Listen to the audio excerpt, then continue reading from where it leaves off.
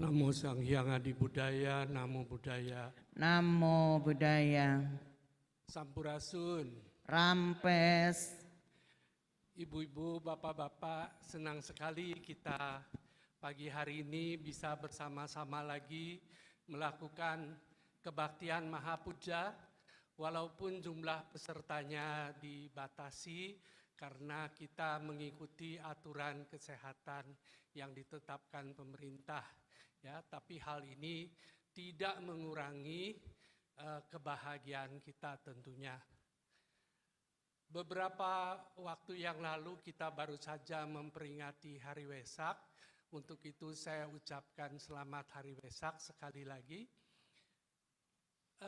Ada hal yang bisa kita kenang dari Hari Wesak yang jarang dilupakan, yang jarang diingat justru, bahwa sebelum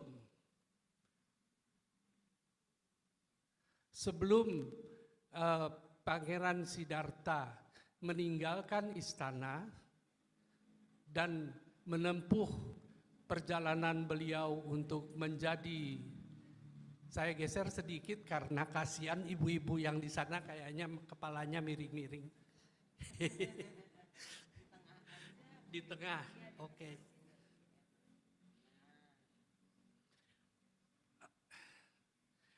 Ya, sebelum Pangeran Siddhartha menempuh perjalanan menuju pencarian kebebasan, beliau keluar dari istana dan melihat 4 peristiwa.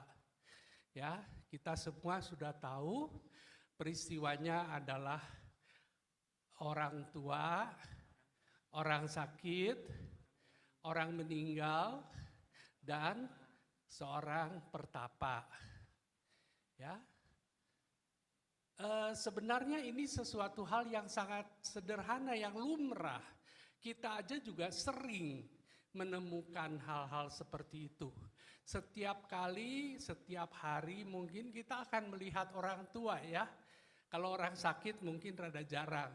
Orang mati ya kadang-kadang, apalagi sekarang zaman COVID, kita jarang ke rumah duka. Karena juga ke rumah duka dibatasi. Tetapi peristiwa itu begitu berkesan rupanya bagi Pangeran Siddhartha. Sehingga beliau sampai tergugah, sampai kaget bukan kepalang dan kemudian memutuskan untuk mencapai kebudayaan, mencapai kebebasan dan menyebabkan munculnya agama Buddha kita sekarang. Kalau tidak melihat 4 peristiwa tersebut, mungkin kita sampai sekarang juga belum bisa belajar Dharma. Ya. Jadi peristiwa itu sebenarnya sangat penting. Nah, kita yang sering kali melihat menganggapnya lumrah, tidak menganggap penting. Padahal itu adalah hal yang penting. Ya. Ada yang mengatakan begini, nasihat itu ada 2 macam. Satu nasihat yang diomongin, artinya yang kita dengar. Ya tentu semua nasihat kita rata-rata begitu ya. Pastilah orang tua nasehatin anaknya, dengar nih, bilangin ya begini, begini, begini. Atau juga pandita di wihara, khotbah. Nah itu adalah isinya nasihat-nasihat untuk kita dengarkan. Ya. Tetapi ada satu macam nasihat lagi yang tidak diucapkan dan tidak kita dengar. Tapi sebetulnya nasihat ini harus membuat kita sadar. Setiap kali kita melihat orang tua, itu adalah nasihat buat kita. Setiap kali kita besuk orang sakit, itu adalah nasihat buat kita. Setiap kali kita titajong sakit, nah itu juga nasihat buat kita.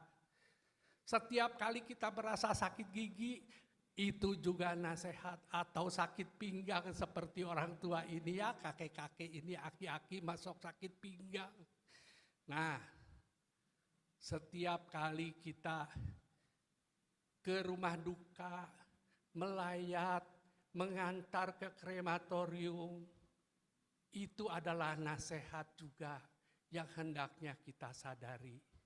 Setiap kali kita melihat para bante, para biku, para biksuni, itu juga adalah nasihat buat kita. Setiap kali kita melihat Buddha, Kuan Im, altar, setiap cetia, stupa, relik suci, itu adalah nasihat buat kita. Tadi kita puja mengatakan, kepada setiap perwujudan Buddha, setiap perwujudan Bodhisattva, kepada setiap cetia, setiap relik, setiap pohon bodhi, aku memberi hormat.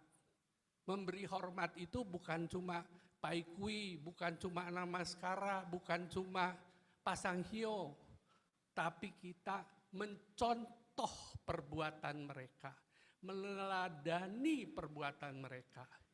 Ini adalah pesan, ini adalah nasihat yang tidak diucapkan, tapi hendaknya membuat kita semakin sari, semakin sadar. Nah, ibu-ibu, bapak-bapak sekalian, seperti biasa saya nggak panjang lebar ya. Jadi cukup sampai di sini dulu. Kali ini tidak ada pertanyaan jawaban karena kasihan nanti kalau kelamaan yang online-nya repot ya. Namo Sang Hyang Adi Budaya, Namo Buddhaya.